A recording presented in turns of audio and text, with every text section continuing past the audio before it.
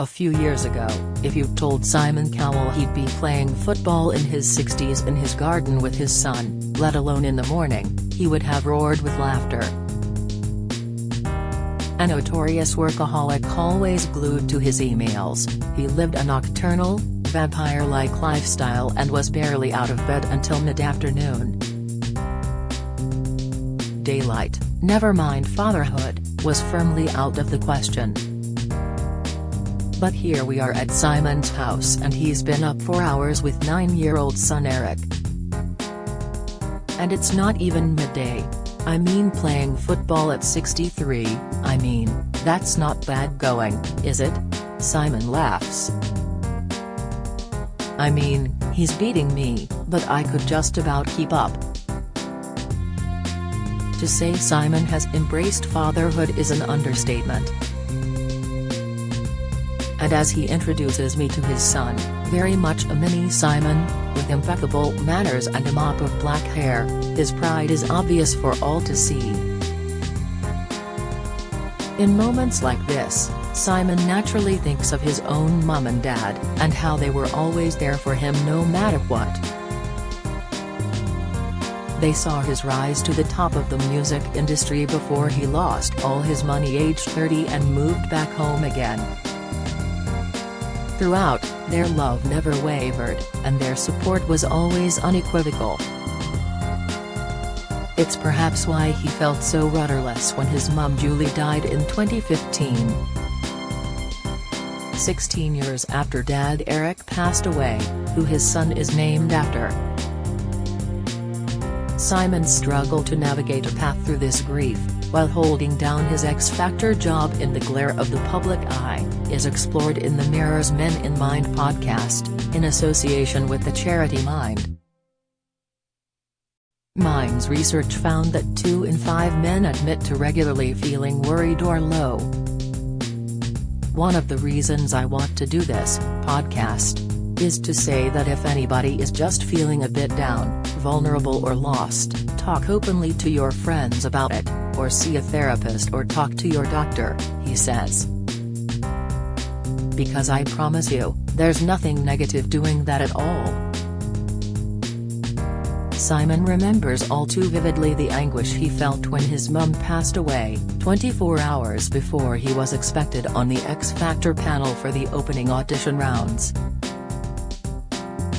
The first show was cancelled, but just 3 days later he was back at work.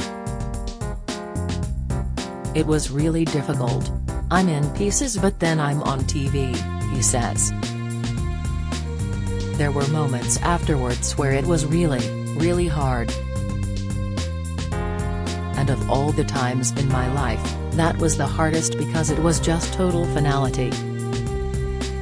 My mum and dad had gone and that was it. He says his mum got to meet Eric before she died, even if she was very sick at the time. And having his son helped him come to terms with her death, offering a new focus for him to cling to. Lauren was incredible, and then Eric in his own way was my therapy because obviously having him, I had a completely different outlook on life, he says. The minute he arrived, my priorities changed just like that. Growing up in Elstree, Hearts, with 3 brothers and 2 half-siblings, Simon remembers a happy childhood, but he couldn't wait to leave home to try his luck in the music business. Dad Eric, who worked at record label EMI, got him a job as a mailboy there, where he steadily worked his way up the ranks. Before long, he enjoyed success signing novelty acts such as Power Rangers and Puppets Zig and Zag, as well as working with Sonita. But by the time he was 30, he had lost everything after getting heavily into debt. And I had to go back and live with my mum and dad again, but they were amazing to me. Again, they didn't make me feel bad, he explains. I didn't feel ashamed. It was like, yeah, I made some stupid mistakes and I'll try not to do it again, and I built myself up again.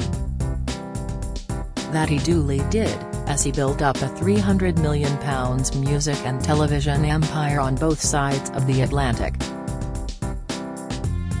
But such astonishing success came at a cost to his mental health. My working hours were from about 2 p.m. to about 7 a.m. I mean, I was like a vampire. I never saw daylight, I didn't even know what the sun was, but I would just push and push and push, he says. And there were certain years I could feel it where I felt really burned out and I thought, gosh, I'm not even enjoying this anymore. I went into this because I thought it'd be fun. And now it's got very, very, very stressful. He was heavily affected by the death of his dad, who died of a massive heart attack on the very day Simon celebrated his first #1 with the then unknown band Westlife. His mum's passing, and the arrival of Eric in 2014, marked the tentative beginnings of a sea change in Simon's life, and slowly, but surely, he tried to prioritize family life over work life. His recent decision to have therapy, which he revealed in yesterday's Mirror, was a decision fully backed by Lauren. She got it in a heartbeat. She didn't look at me like there was something wrong with me. She was the opposite, he explains. She was like, I'm really happy that you're doing this, Simon. I think it's really going to be helpful for you to have someone outside of your work friends, people you already know, just to be able to talk about yourself, about anything you want. And if it helps, it helps. And she saw the difference I think in about 3 or 4 weeks. Like many Brits, Simon says he had a preconceived notion about therapy from watching American TV while growing up. There would always be talk about going to therapy and I always used to think everyone's being dramatic or over the top. It was very much, as a Brit, I just couldn't relate to it in any way whatsoever. So, I never took it seriously, as something to do for myself, if I'm being honest with you. But he had a change of heart after struggling mentally during the pandemic, as well as on the advice of his friends who waxed lyrical about its benefits. It was only having gone through something pretty traumatic that I realized, he says. Things are so complicated in life anyway. Why not find someone to help you? Days now are filled with unexpected pleasures. I couldn't go out on a morning bike ride before, or the thought of playing football with a 9-year-old would have been, what? On the weekend. I just wouldn't think like that. I mean, it sounds corny, but I mean, literally a sunny day or when it's raining, I mean, all those things I love. I mean, I really, really do. And, intriguingly, he believes that his new therapy-honed outlook on life has not only added years to his career but means he is capable of producing better work.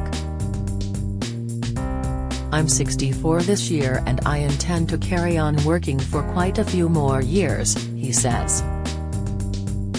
And maybe that's, again, one of the reasons why I did decide to do this, because I always want to do better. I always want to learn more. And like I said, I have a 9-year-old who is the most active kid in the world. I mean, literally from the minute he wakes up, in fact. Daddy, daddy, daddy.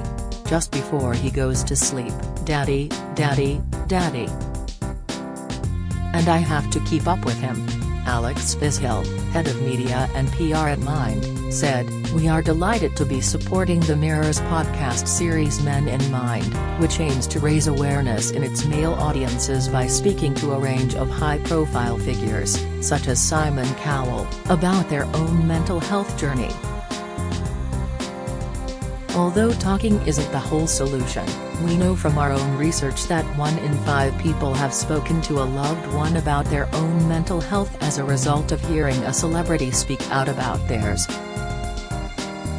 Reaching more men is particularly important, with more than a quarter of men telling us that the main thing stopping them from seeking help is embarrassment. We hope that the Men in Mind podcast sparks important conversations around men's mental health, as well as encouraging more men who might need some support to take that first step. Find us on Apple Podcasts, or go to podfollow.com/meninmind. For further support and advice around mental health, see Mind. .uk. Follow Mirror Celebs on Snapchat, Instagram, Twitter, Facebook, YouTube and Threads.